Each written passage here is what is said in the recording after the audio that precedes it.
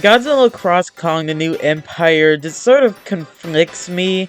Like it's not a bad movie. I don't hate it. All right. I just think it's kind of disappointing, especially as somebody who loves every single Monsterverse movie. Except 2014. I was totally prepared for this to be like one of my favorites, but instead I ended up coming out with very mixed feelings. So now I'm here to sort of tell you why I am so conflicted on this movie. So yeah. So basically, the main lady from the last movie, right? She's sitting there like, "Hey yo, Kong's the last of his tribe," and also Godzilla and Kong won't like interact again ever. All right. This then leaks into Kong pretty quickly figuring out that he's not the last of his kind. And also Godzilla training because he gets the bad vibes from the villains. So anyways, after he trains, he evolves, and then Kong tries to get Godzilla to help him, but then Godzilla tramples him for some reason. Then they team up. They go down to Hollow Earth. They fight the Scar King and Shimu. They go to Brazil and they fight them there too, and then they win. And also Mothra's there, and there's this whole family subplot with the mom and Gia, who's like a part of this tribe, but then she's like, "No, you're my home," and is like supposed to be happy, but I really cannot care less about the humans. Okay, my first and least of the problems, because really it's borderline not even a problem how much I don't care.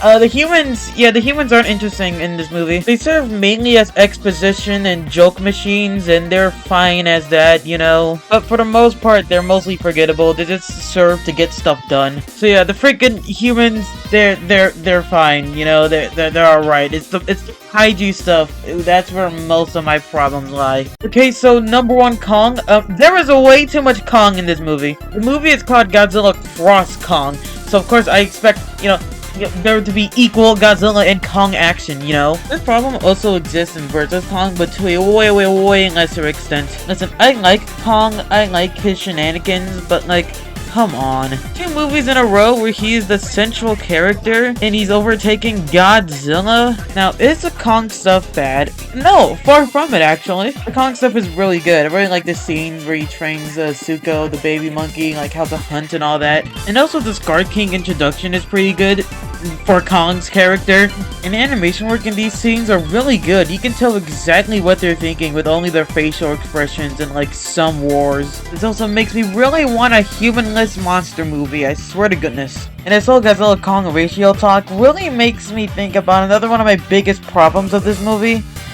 Godzilla kinda sucks. Like, genuinely, I don't know who this guy is, but he is not the Godzilla that was in King of the Monsters, alright? The guy in King of the Monsters would just show up to Ghidorah's footstep and throw hands. This Godzilla just wanted to get stuff done. This dude had all the monsters freaking bowing down to him because he is the GOAT.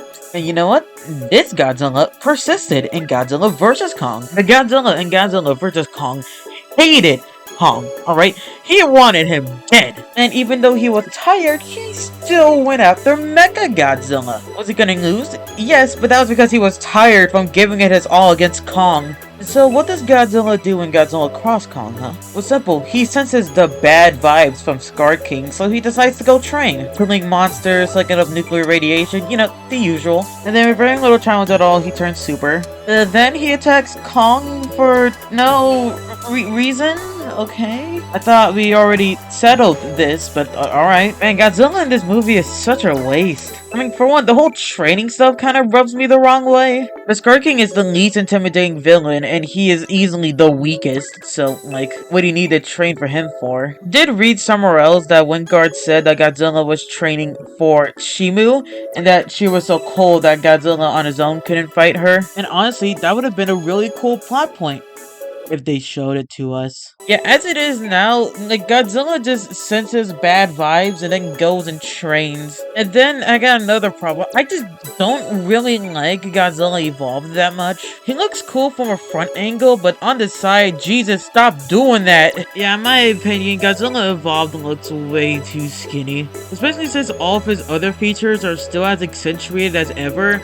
They just needed the chubby body in order to like really pull it all together, but when that isn't there, you just got something that looks weird. And also, despite everybody saying he's evolved, and despite the movie wanting you to believe that he's stronger, I don't buy that he's stronger. If what I read is true, that means that evolved Godzilla has more heat than regular Godzilla, but I don't see it. Do you see it? Because I don't see anything getting like hotter when Godzilla's around. Everything else that evolved Godzilla does is just something that original Godzilla could do no problem. Except for like maybe jumping off that cliff, but I don't know. I don't know how many times natural Godzilla is gonna be screwed over by the fact he can't jump. The only real new ability evolved has is being able to charge up his atomic breath and being able to do it for a long while. And this does nothing. Okay, sure. It knocks this crystal out of Scar King's hands. But is that really something that only evolved Godzilla could have done? Because I don't know about you, but the atomic breath is pretty strong. And considering that this is just a monkey, I'm pretty sure any amount of atomic breath would have knocked this crystal out of his hand. But not gonna lie, what Godzilla got here was a freaking godsend compared to what they did to Mothra. Okay, listen, despite me being like the biggest King of the Monsters glazer, I can admit that Mothra really didn't do all too much in that movie. But what she did do was impactful. She helped Mark Russell realize that monsters are needed on this planet. She helped majorly in the final battle against Ghidorah. And she gave all of her life energy to Godzilla so he can become Burning Godzilla, and his freaking explosions have Mothra's roar and they have Mothra's wing patterns on it, and it's really freaking cool. And I said, stop. What I'm trying to say here is that you can't just simply cut her out. In Godzilla Cross Kong, you can cut her out. In GXK, Mothra is like, you know, the main kaiju of this clan. I think they're the Iwi clan. And so Gia awakens her, and then Mothra goes ahead and makes things right with Godzilla and Kong. Then she does like 2 things in the finale, and that's it! I am so happy my favorite kaiju got to return in the Godzilla Cross Kong movie, only in theaters.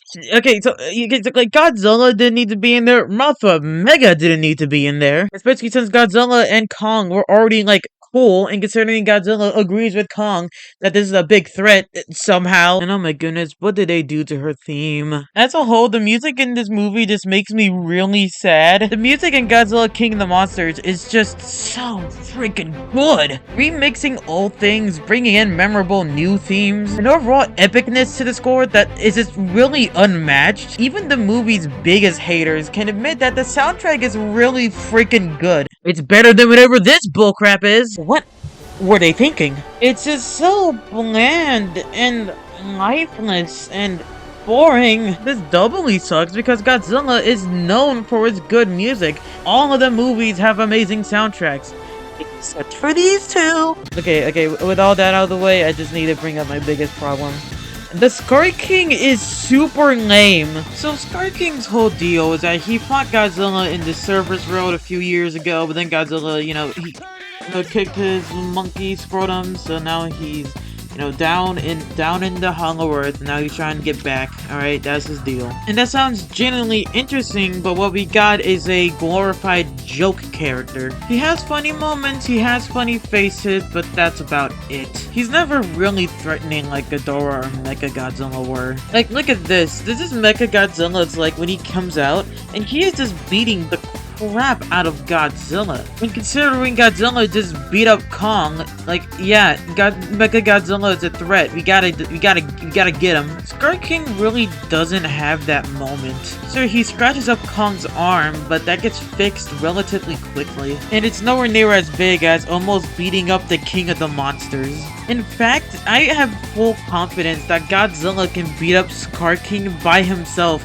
No evolution needed. And that's not really a good sign when you have a team-up movie in which I am fully confident that the villain can be defeated by one of them without any help. Oh wait, I hear those angry commenters typing. There's Shimu. What about Shimu? Yeah, Shimu is... what? Shimu's whole deal is that Scar King, he is controlling her with a crystal. So at the very end of the movie, they destroyed a crystal. And then she joins Godzilla and Kong. That's it. I heard some people say that, oh, the Scar King, he acts all tough, but, as soon as they destroy the crystal, letting Shimu free, they really, emphasize Scar King's fraud tendencies. But if that was the case, that was not emphasized at all.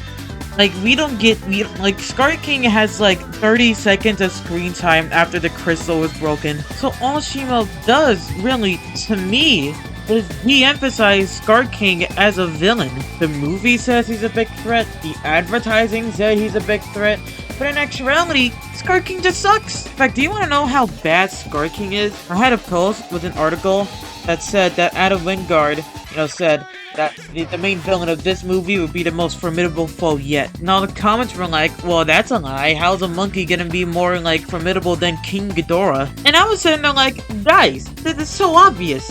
It's Shimu. We already got, like, linked Shimu figure, it's obviously gonna be her. So when I watched the movie and I realized that, oh, Shimu is like Scar King's dog, I guess, I was sitting there like, oh, you're cheeky. You think I wouldn't guess that they're gonna destroy the crystal at the end, and then Shimu is gonna turn on Scar King, kill him, and then become even more evil herself, causing the next Ice Age herself, and doing way more damage than Scar King could ever do. So you can guess the disappointment when actually, no, they really expected you to find Scar King threatening. Oh, this is not me criticizing the movie for not doing what I wanted it to do. This is me criticizing the movie for having the villain be so laughably unintimidating that I genuinely thought he was the fake out. And you know what, speaking of these villains, let's talk about this movie's incredibly disappointing final act. Okay, so the Monsterverse prides itself on its final act, okay? Most people would tell you that the best part of all of these movies is the final act. I mean, you got Godzilla 2014 having the final act being like the only part of the movie in which Godzilla actually does stuff. I really don't like 2014. We have Godzilla King of the Monsters, in which Godzilla finally goes up to King Ghidorah to show him what's up. But then we got Godzilla vs. Kong, which is what I really want to compare GXK to. So let's look at this in detail. Basically, Kong finally finds Hollywood, and he finds his little temple. He grabs the ape axe, and then Godzilla drills a hole through the ground. Kong climbs out of the hole, and then the fight starts.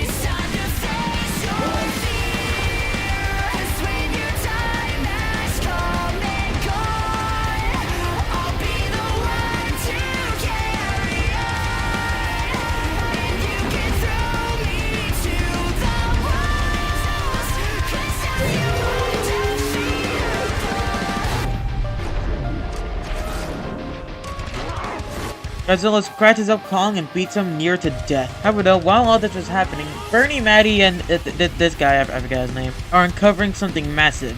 There's a Mecha Godzilla. So of course this scumbag starts evil monologuing until Mecha Godzilla gets possessed by the soul of Ghidorah, and he gets out of the pyramid. Eyes locked on target, he goes and gets Godzilla.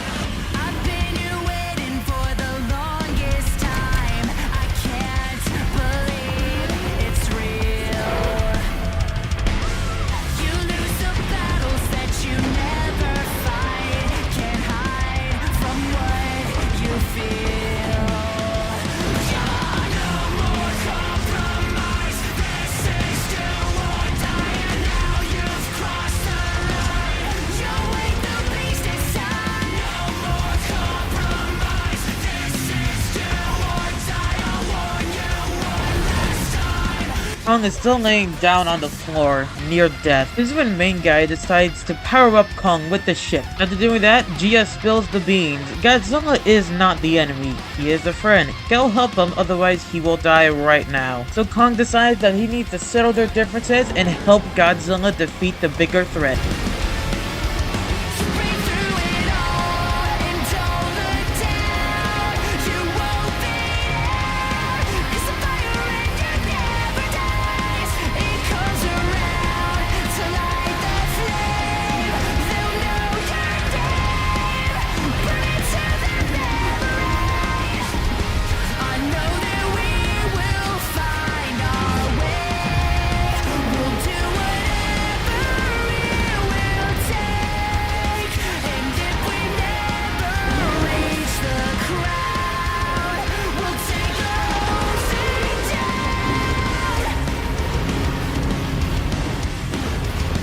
After all is said and done, here comes one last problem. Godzilla. Kong drops the axe. Godzilla gets the message. He doesn't want to fight no more.